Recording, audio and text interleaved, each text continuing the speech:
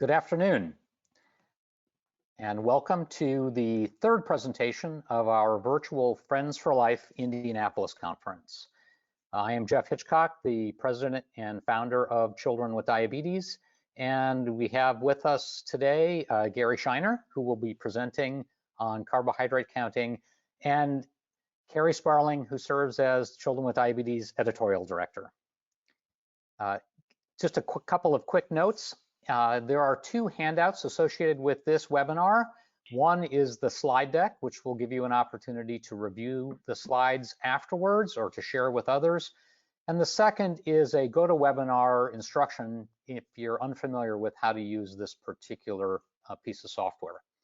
Gary has asked that we hold questions until the end. There's a questions tab. You can submit a question during the webinar, and at the end, we will present those to Gary and he will address them at that time. I'd like to very much thank all of you for taking time while we're social distancing, and also to thank our sponsors, Lilly Diabetes, Dexcom, Insulet, Tandem Diabetes Care, and the American Diabetes Association. They've stood with us and we really appreciate it. So Gary, I am now going to hand the podium over to you, and it's all yours. Me or Carrie? No, I get to hide until you're done. Yeah, Gary, I handed it to you. Okay. All right, thanks, Jeff. I give CWD a lot of credit, for being flexible through all of this. This coronavirus pandemic obviously is affecting a lot of people, and I think it's great that CWD is flexible and creative enough to be able to offer this type of thing. We miss the face-to-face interaction, but we do the best we can given the circumstances. I actually built myself a set of weights out of paint buckets and all kinds of jugs and things, filled them with water and sand and whatnot, so I can still work out at home. So anyway, hopefully you can see my first slide that says Carb Counting and Beyond. So that's the before picture of me before the coronavirus epidemic. And since I've had to hide inside since then, you can see what I look like now. So we're going to talk a lot about food and its impact on diabetes and blood sugar management over the next 45 minutes. And as Jeff said, if you have questions that come up as we're going along, type them in that Q&A box and we will address them towards the end. I'll make sure we have some time to do that. Food is not a simple thing. It used to be simple. I think before the days of diabetes, you would just sit down to a meal and enjoy the meal. Now we got to quantify the food. We've got to count how much we're eating. We got to dose appropriately. We've got to time the insulin properly. It's a big ordeal every time we have to eat. So I think we're going to spend most of our time on is, well, if we're going to put this work in, how do we get the best results out of it? How do we manage our diabetes as well as possible? And I recognize there's individual differences with everybody. We all have I call them kryptonite foods, things that we just can't master, things where we just adjust the insulin and all, and we just can never seem to get it right. I run into that with bagels. For me, I can take a bagel, break it down to its bare molecules. I'll know exactly how much carb is in that thing. It doesn't matter. My blood sugar will still go up twice as much as it's supposed to whenever I eat a bagel. So again, I recognize there are a lot of individual differences here, but hopefully some of the just basic principles that you'll pick up today will be very helpful for you. Okay, let's get going here. So obviously matching insulin to the carbohydrates in our meals has its advantages. I still have occasional patients who prefer to just dose off the top of their head, just say, that's a 4-unit meal, that's an 8-unit meal, which can work to an extent, but it will only get you so far. And I guess I forgot to even introduce myself. I should probably do that. My name is Gary Scheiner. I'm a certified diabetes educator from the Philadelphia area and have my own practice that specializes in type 1 diabetes care for children and adults. I've had type 1 diabetes personally for 34 years. I was diagnosed in a town outside of Houston called Sugar Land, of all places to get diabetes. And kind of a not tech savvy, but I really absorb a lot of technology. I try to use everything in the pipeline and get a chance to try things out often before they hit the market and can offer some insight about them. So right now I'm using a hybrid closed loop system with a sensor, a pump, etc. But bagels still give me trouble. So hopefully don't lose faith. No one gets it right all the time when it comes to food. But when we do count our carbs properly and dose our insulin according to it, it can definitely minimize the incidence of both high and low blood sugars. And it eliminates the whole concept of off-limit foods, things that a diabetic shouldn't eat. One of the funniest shirts I ever saw was at a JDRF conference last year. A woman had a shirt on that said, "Yes, I can eat that." I thought that was great. I'd love to wear that to my next family gathering. You know, after 34 years and being considered an expert in this field, people still, family members still, "Gary, are you supposed to eat that?" And I just, I want to smack them, but I don't. I try to explain the reality to them. So the carb counting concept does give us a lot of flexibility with our meals and snacks because we can simply match our insulin to what we're eating. That frozen tundra on screen, I don't know what I would count that as, though. It's one of those situations where you just have to say, screw it, I'm not worried about my blood sugar right now. I'm just going to enjoy this. The reason we focus on carb is that carbohydrate is the thing in our food that has the predominant effect on our blood sugar. Fat and protein and alcohol can have an effect as well. We'll talk a little bit about those, but carbohydrate is the major feature. Carbohydrate converts to glucose completely. 100% of the carbohydrates we eat, except for fiber. Other than fiber, all of the carbs we eat, whether it comes in the form of sugar or starch, turns into glucose. And it tends to do it fairly rapidly. Some are faster than others, but it's fairly rapid. There's another thing called sugar alcohols. These are another type of carbohydrate that doesn't digest completely. We'll discuss these in a bit. And we'll also talk towards the end about the impact of protein and fat. Protein can convert to glucose. This is something the liver will do sometimes. Fat doesn't convert to glucose, but it can affect the rate of digestion, and it can also affect insulin sensitivity, which affects blood sugar levels in the long term. So let's meet the carbs.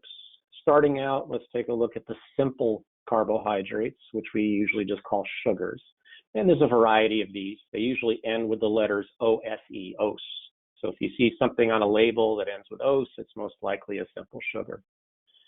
Glucose is not something you will see on a label, at least you shouldn't. It doesn't exist in nature in its purest form, but almost everything else is converted into glucose in the body. The digestive process, all of the other carbohydrates are converted into glucose, and that's the energy source that our body cells utilize. Simple carbohydrates or sugars are found in sweet foods. Things that taste sweet tend to have sugar in them. So fruits and milk, dairy products, sweet foods, baked goods, cookies, cakes, things of that nature. These are things that have a decent amount of sugar in them. Now, complex carbohydrates, which we usually refer to as starches, these are the kind of foods that are generally also very high in carbohydrate. Now, back in the day, they used to tell us, well, you can eat potatoes and rice and not worry that much because it's a complex carb. It doesn't raise your blood sugar as much or as quickly, but we know now that that's simply not the case. Because whether something starts out as a simple carb or a complex carb, it's going to wind up as blood glucose fairly soon. As I mentioned, the exception to that whole rule is fiber. Fiber is a form of carbohydrate that does not convert to glucose. It doesn't digest, so fiber doesn't contribute calories. It doesn't contribute anything to blood sugar, so we don't have to worry about fiber. Okay, so glycemic index is another thing that we're going to discuss a bit. And this glycemic index is related to the timing in which food appears in the bloodstream as glucose. So we know that all carbs are going to convert to glucose, but glycemic index is a reference that tells us how much of that carbohydrate is glucose within 2 hours. How fast did it convert? So a number with a very high glycemic index number means that it turns into blood glucose fairly quickly. A low number means it takes its time. Now, different types of starches exist as well.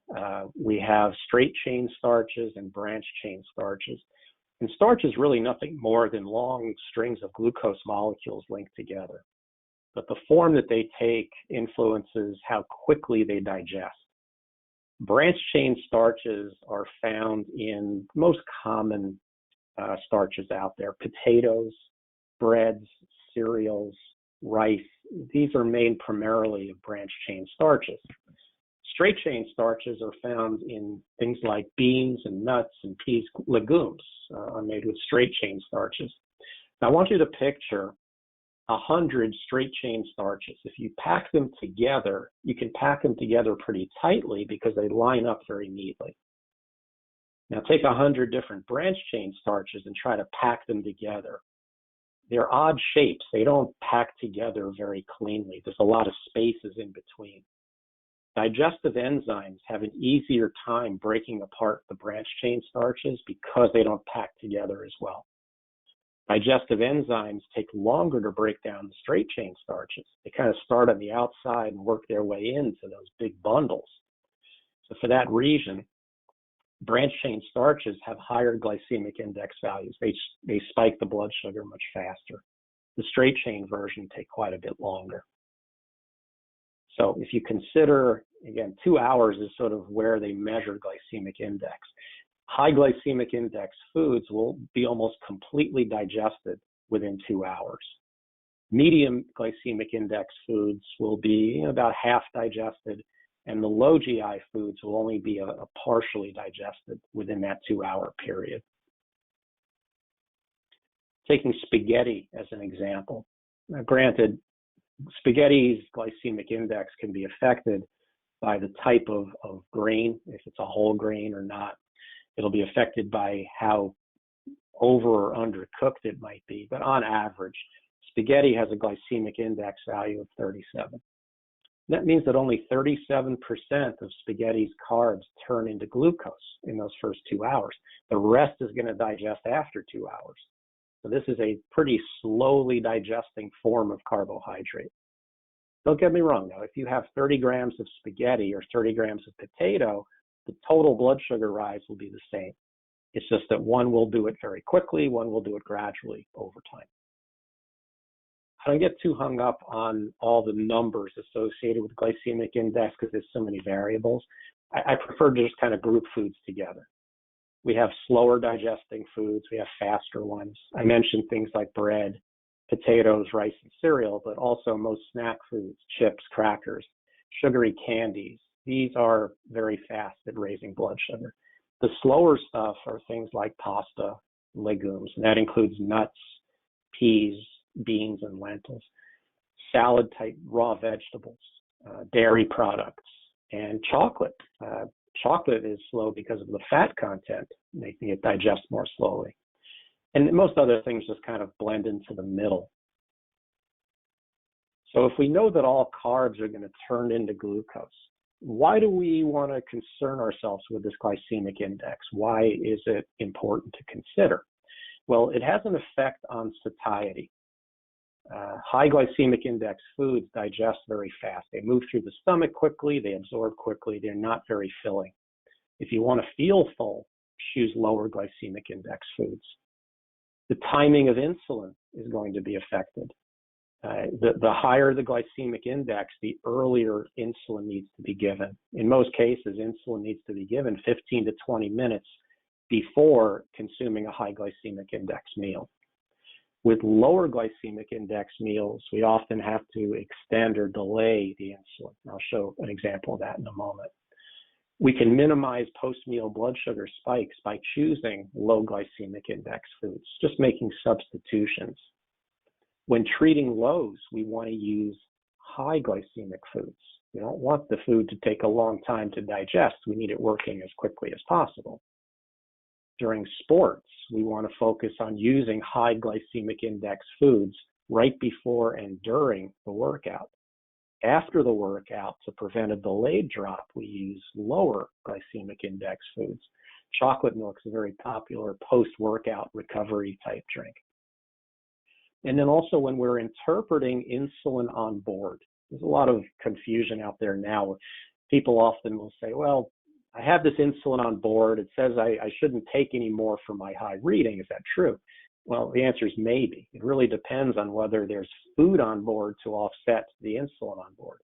The fact is, if your last meal was a very slowly digesting one, it's probably going to offset any insulin on board you still have. Cases like that, many people find it's best to override what their pump calculates or what they'd normally calculate on their own. But if you ate a very fast digesting meal and it's been 90 minutes or 2 hours, there's no food offsetting the insulin on board anymore. So trusting the insulin on board is a wise move. So with the slower digesting meals, we have to be concerned about a pattern where the glucose drops and then rises later. This is kind of analogous to a baseball player who's facing a fastball pitcher.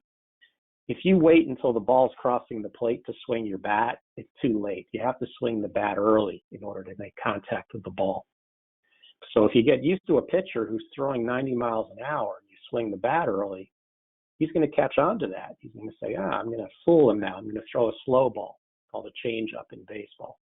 If he does that and you swing too early, you're going to strike out. A slowly digesting meal is like a change-up pitch in baseball. The food is going to come on very slowly instead of all at once. If your insulin peaks all at one time, you're likely to have a low blood sugar and then go up very high hours later. So the best approach to this is to extend delivery of the insulin. If you extend the entire bolus, don't give any of it up front, your blood sugar is likely to peak up a bit after the meal. So my preference with a pump is to give about a third of the bolus up front and the rest of it over, say, 2 hours. You can use this if you're having large portions of food like pizza, you have several slices. If you're having a meal that lasts a long time, like a holiday meal, or if you're munching on popcorn while you're watching a movie, or even if you're just eating a meal that's made of low glycemic foods like pasta or a dairy meal, or a very high fat meal, use of extending or doing a combination or dual bolus tends to work well. If you're on injections, you have the option of delaying part of your insulin, splitting your dose into 2 parts, or kind of going old school and getting some regular insulin. Regular insulin, as opposed to the rapid analog insulins, is much slower. Regular insulin matches the uptake of slower digesting meals pretty nicely. Here's a couple of questions for you to see if you learned anything yet. First, true or false? Equal amounts of sugar and starch will raise blood sugar the same amount. What do you think? Is that true or is that false? That is true. Doesn't matter if it's sugar or starch. The total effect on blood sugar will be the same. True or false? Fiber raises blood sugar a little bit.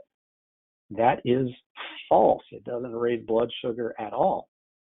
And sugar-free chocolate made with sugar alcohols doesn't raise blood sugar levels. That is false. Anyone who's eaten this stuff knows you still have to take insulin for it. All right, so why is accuracy important when we do carb counting? Well, it's important because the amount of carb is going to dictate the amount of insulin we take. If we count the carbs wrong, our dose of insulin is not going to match the food properly. There's a number of methods for counting carbs. The original system, called the exchange system, this is something I used when I was first diagnosed, and I will tell you, you don't want to go back to this if you can help it. We have labels that we can read. We have resource listings we can refer to. We can estimate portions and convert that to grams of carb, or we can weigh food and use a technique called carb factoring. So let's look at these one at a time. In the exchange system, foods are grouped into what are considered sort of homogeneous patterns. So foods that resemble the nutrients from a slice of bread are considered a starch exchange.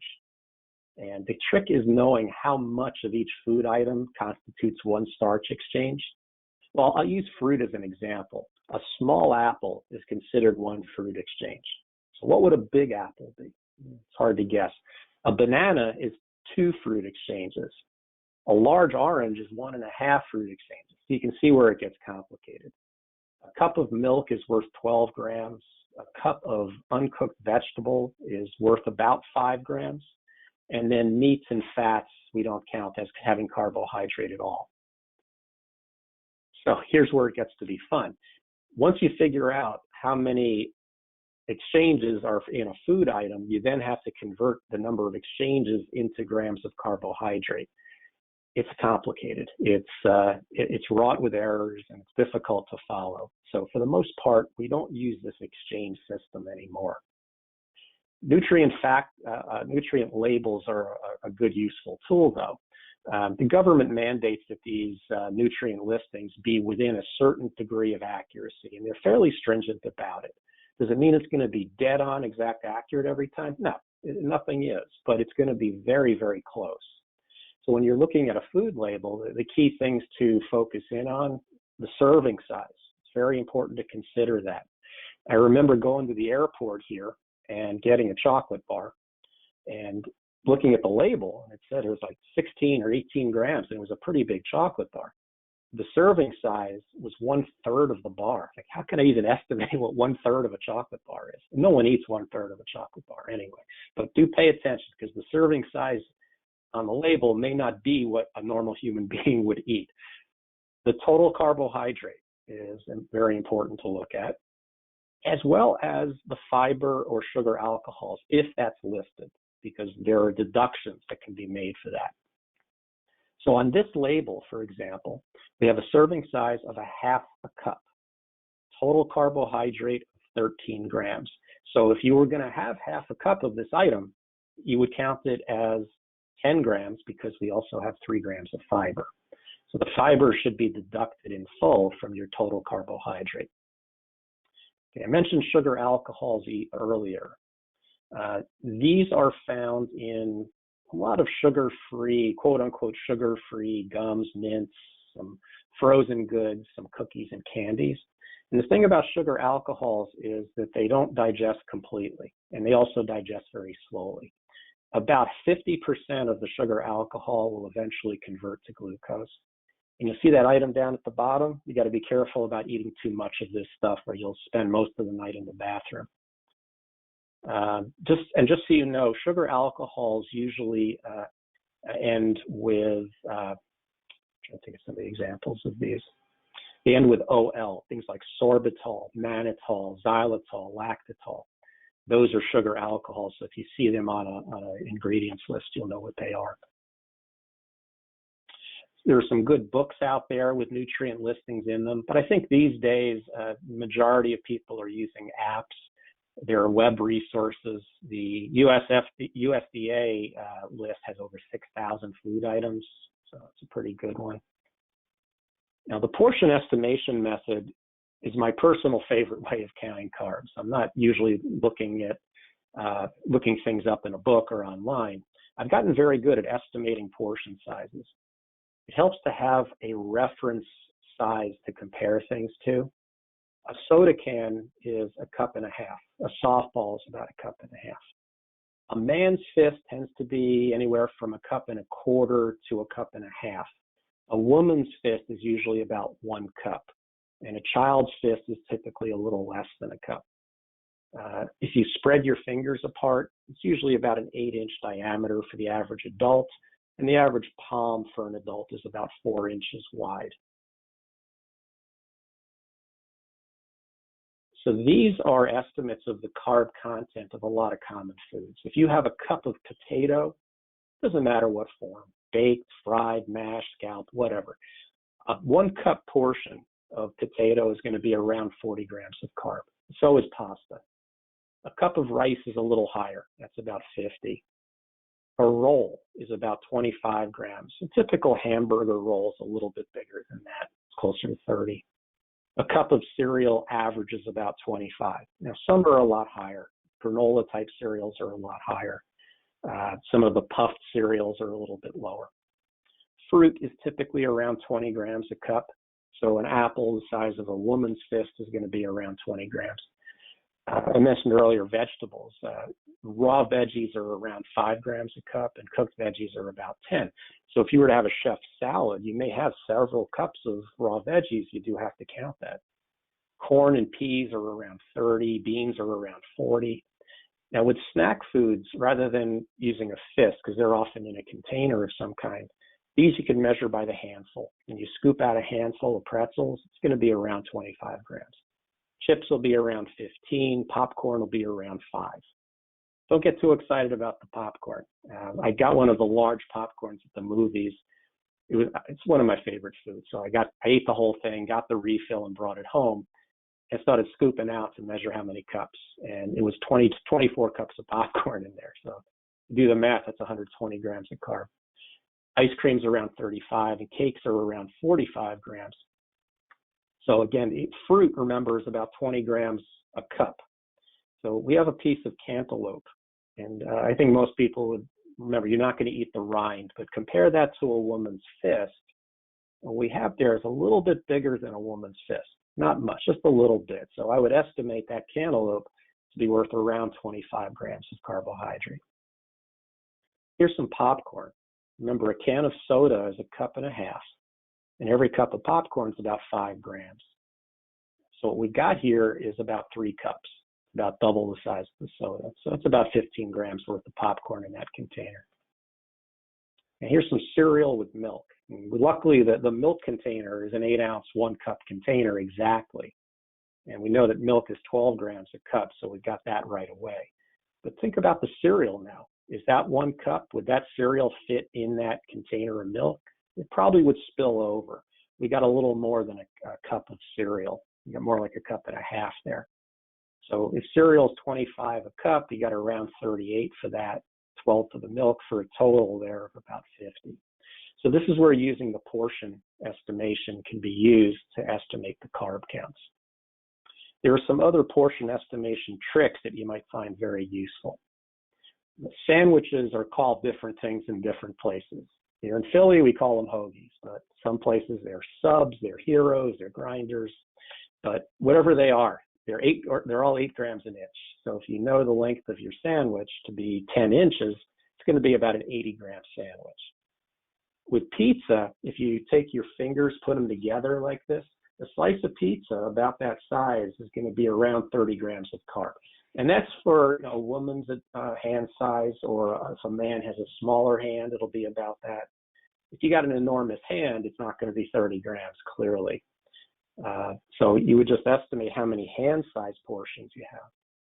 Cookies are typically about 20 grams for a 4-inch diameter. And then it's like a Jeopardy category, things that are breaded. Something that's the size of a chicken nugget is about 4 grams just for the breading. Something the size of a hamburger patty or a chicken breast is about 10 grams. Chicken tenders, which I know kids really tend to love, those are somewhere in between, but based on the size of it, you can guesstimate. Okay, so here's a slice of pizza next to my wife's hand. And would you consider that? Remember, a hand-sized piece is around 30 grams. So where would you put that? How many grams of carbohydrate for that? I would consider that a little bigger. Assuming you're going to eat all the crust, it's going to probably be about a 40-gram piece, which is not an enormous piece. I go to the Jersey Shore in the summer, the slices of pizza are the size of small children. So you really do have to add that up to get the right count. If you're in Chicago and you get that deep dish stuff, God help you. That's probably about twice as much carb per hand size as the normal thin crust pizzas are. It's tasty, but it's pretty high in carb. Another method we have is called use of carbohydrate factors. This is a very precise way of getting a carb count for a food item you're going to consume. And what it involves is weighing that portion of food, multiplying the weight by its carb factor to get your total carb count. The carb factor is nothing more than the percentage of a food's weight that's made of carbohydrate. So foods contain a lot of things. There's water, there's minerals, there's protein, fat, and carbohydrate. So the carb factor is the percentage of weight that is the carbohydrate. To do this, you need a food scale. And you need a food scale that weighs things in grams rather than ounces, because the carb factor is based on grams. Also, you're only going to weigh what you're actually going to eat. In the case of the banana, we don't want to weigh the peel because I don't think many people eat their banana peel. I don't know how much carb is in a banana peel because I don't think anyone eats them. With the apple, you're probably not going to eat the core and the stem, so whatever you get from your count, you might want to deduct a little bit, or you might want to core the apple before you weigh it. These are the carb factors for just a short list. There are enormous lists of carb factors that you can find online. They're also in a variety of books. But you can see the bagel on there is 0.51, so about half of a bagel's weight is carbohydrate. So let's take a baked potato as an example and go back. See, a baked potato, the carb factor is 0.22. That means that 22% of a potato's weight is carbohydrate. Now, is it exactly 22% for every breed of potato? No, of course not, but it's pretty close. So if you have a potato that you weigh and it weighs 300 grams, how much carb is it going to have? Well, 300 times 0.22. If you can do it in your head, great. If not, use a calculator. We get 66 grams of carb for that potato. It's a lot better than guessing. But you do need the scale. You do need the list of carb factors in order to do this. Do I recommend you carry a scale with you everywhere you go? No. People will laugh at you. I'll laugh at you. When you're out, use your fist method. Just estimate. At home, when you're eating things that you can't identify or you don't eat very often, and there's no label, throw it on the scale. You can get a pretty accurate carb count. These carb factor lists are pretty expensive. You can find hundreds of different foods on that list. Now, to get good at the measuring process, I would recommend that you do some measuring on a regular basis. Well, I like to make a little game out of it. I'll actually test my skills against the label. So I'll estimate something using my fist or hand method, and then look at the label to see how close I get. So those of you who have kids with diabetes, it might be a fun thing to do. See, or do it with other members of the family if your kid can get better than you are at it. So if you got a little bag of pretzels, say, okay, let's estimate how much carb is that. See who gets closer. You'll find with experience doing that, everyone gets better. Because you'll realize that you're either over or underestimating, or that you're nailing it, and you'll be better at it, even better the next time. A couple of other things we have to consider. We can't ignore other things. Carbohydrate is not the only thing that we eat that has an effect on our glucose. One thing that dietary fat does is it slows digestion down. The way our stomach works is only a certain number of calories will pass through the stomach per minute. So if you're eating a meal with 200 calories, it's going to digest fairly soon. It'll take less than an hour. If you're having a meal with 800 calories, it's going to take a long time for that food to move into the intestines where the nutrients absorb. So larger meals and higher calorie meals take longer to digest. And that's where fat comes in. Fat is very calorie dense. There are 9 calories in every gram of fat. There are only 4 calories in a gram of carb or protein. So foods that have a lot of fat in them tend to be very high in calories, and it's going to slow down the rate of digestion. So fat is going to delay the rise in blood sugar. So if you're trying to control your post-meal blood sugar peaks, having a little bit of fat in the meals is not such a bad thing.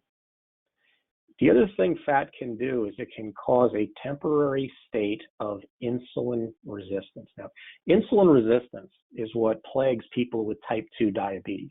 Folks with type 2 produce insulin, but the insulin doesn't work very well because when it gets to the cells, it has a hard time activating the uptake of glucose. And that's what dietary fat does. When you have a high-fat meal, it triggers insulin resistance throughout the body. So insulin just doesn't work as well. One organ that's affected considerably is the liver. The liver is going to end up dumping out extra glucose because it's not as sensitive to insulin as usual. And that can cause blood sugars to rise in a delayed manner. So not only is the carbohydrate digesting more slowly, but now you have the liver kicking out additional glucose on top of that. So many people find that with high-fat meals, they have to slow down delivery of their mealtime insulin. they also have to raise their basal or background insulin for many hours after the meal. On a pump, that could be done with a temp rate. Those on injections, it's a little trickier.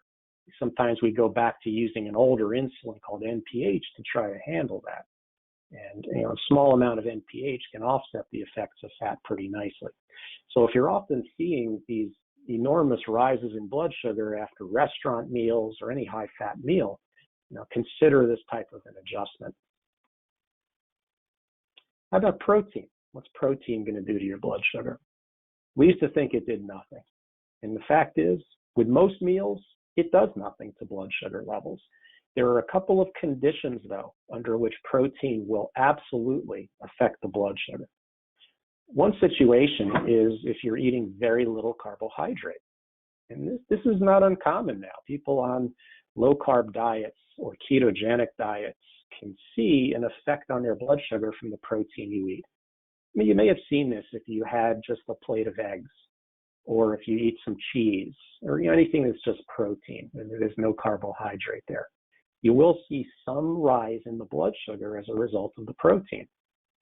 The reason this happens is because the body needs glucose as a fuel source. And if you're not getting glucose from the carbs in your diet, your body will take protein you've eaten and your liver will convert that protein into glucose. Generally speaking, about half the protein we eat can turn into glucose if there's very little carb in a meal. And only you can decide what is a low carb meal. With most adults, if it's less than 15 or 20 grams, I would treat it as a low carb meal and also dose for 50% of the protein. For children, maybe 10 grams or less, or 5 grams or less, depending on the size of the child. But you do have to think about the protein content if you're not eating enough carbs in your meals. The other time protein can raise blood sugar is if you eat an enormous amount of it. More than 60 grams of protein, not carb, but protein, can cause an additional rise in the blood sugar above what the carbs are doing. So if you have a baked potato and a giant steak, count the carbs for the potato, but you might also have to add an extra 20 grams because of the effects of that large quantity of protein.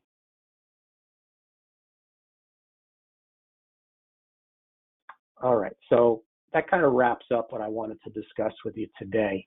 I have one last bit of wisdom for you, if you will. Make sure you only count the carbs that you actually consume. Now, this was my daughter, Jackie, when she was 1 year old. She's 22 now, and she's just mortified that I still show this picture, but I love this picture.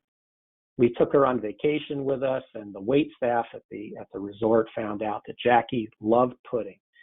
We don't know how much of it she actually ate. A lot of it got on her face, her hair, her clothes, but just only count what you consume. Now, with kids, that can be tricky sometimes. We try to dose in advance, assuming they're going to eat a certain amount.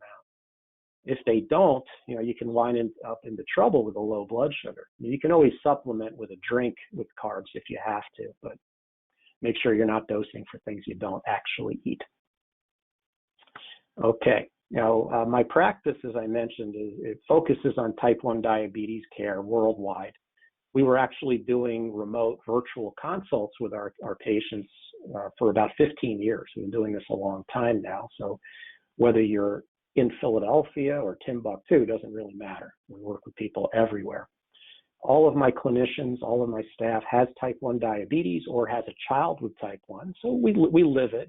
We get it. We know what you're dealing with. We can offer personal insight about things whenever possible.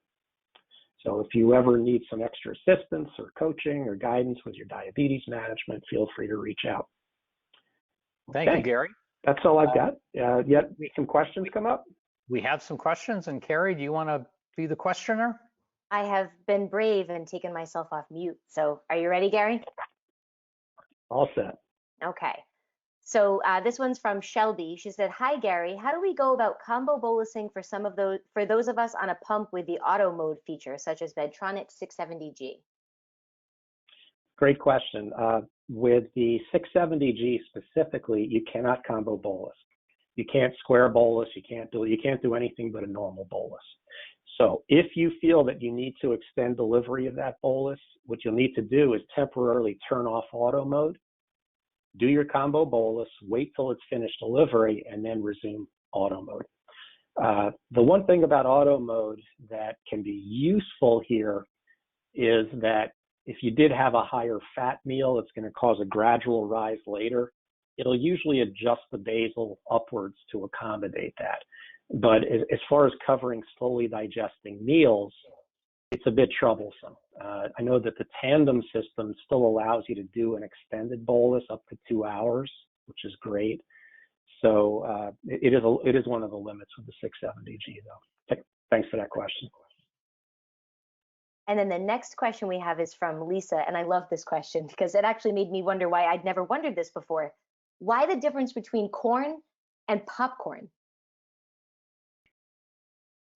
In terms of the carb content or the glycemic index, the difference is the volume. Yeah. When you pop corn, it's a lot fluffier than it was before it was popped.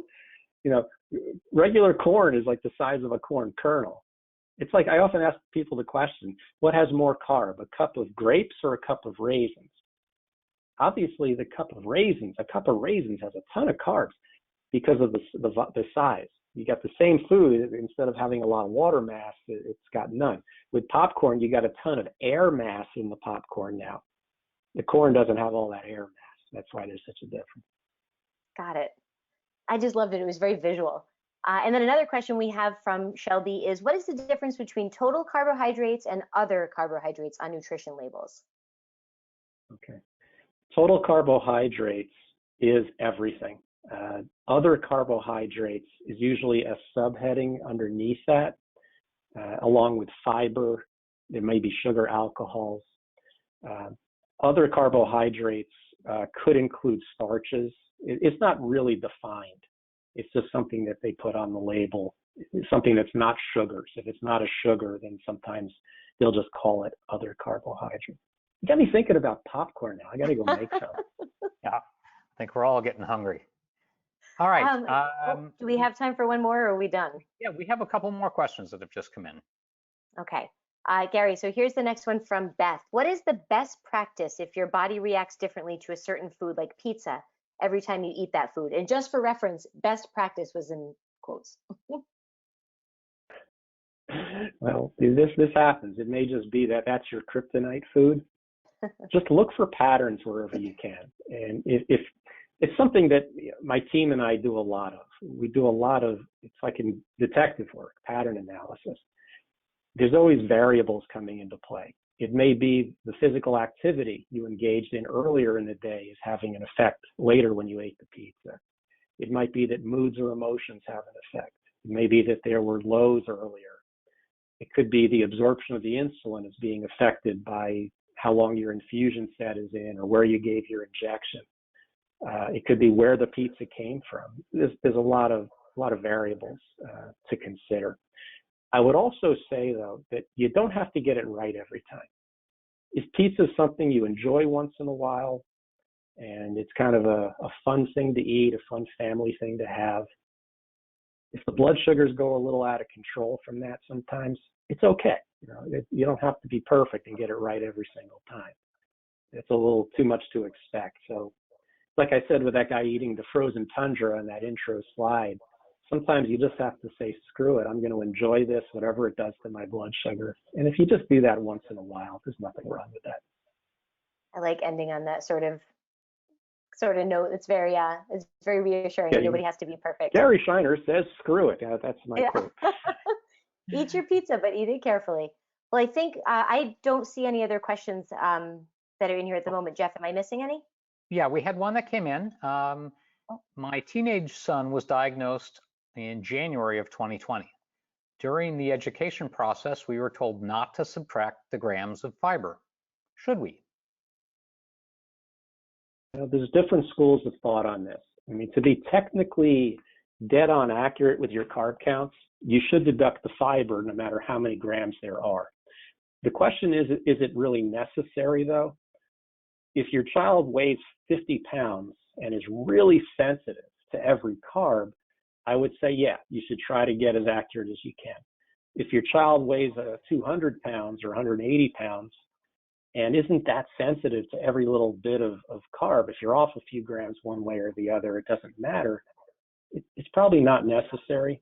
It's just a matter of, how sensitive you are and how much the accuracy really, really matters. I mean, for somebody, an adult my size, if I fail to deduct 2 or 3 grams of fiber, it's meaningless. It might be a few points on my blood sugar. But again, for a small child, it can make a pretty big difference. Okay, one last question here. Is there a difference between soluble and insoluble fiber? In terms of their impact on blood sugar levels, no. Fiber doesn't contribute to a blood sugar rise. It's just a matter of the format that they take. So I wouldn't worry about it. Very good. Well, I want to thank Gary again for taking the time to share with us his expertise on carbohydrate counting. This is going to conclude the third of our 4 live sessions at our Friends for Life Indianapolis virtual conference. For those of you on, when this concludes, you'll see a quick 3-question survey. We would very much appreciate it if you would take the time to give us your feedback. A video for this will be online before the end of day Tuesday.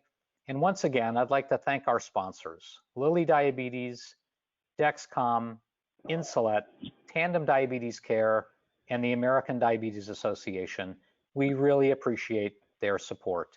Our final session, the closing keynote, begins at 3 p.m. Eastern Time, and that will be Ed Damiano with an iLet update. Thank you all very much. Bye.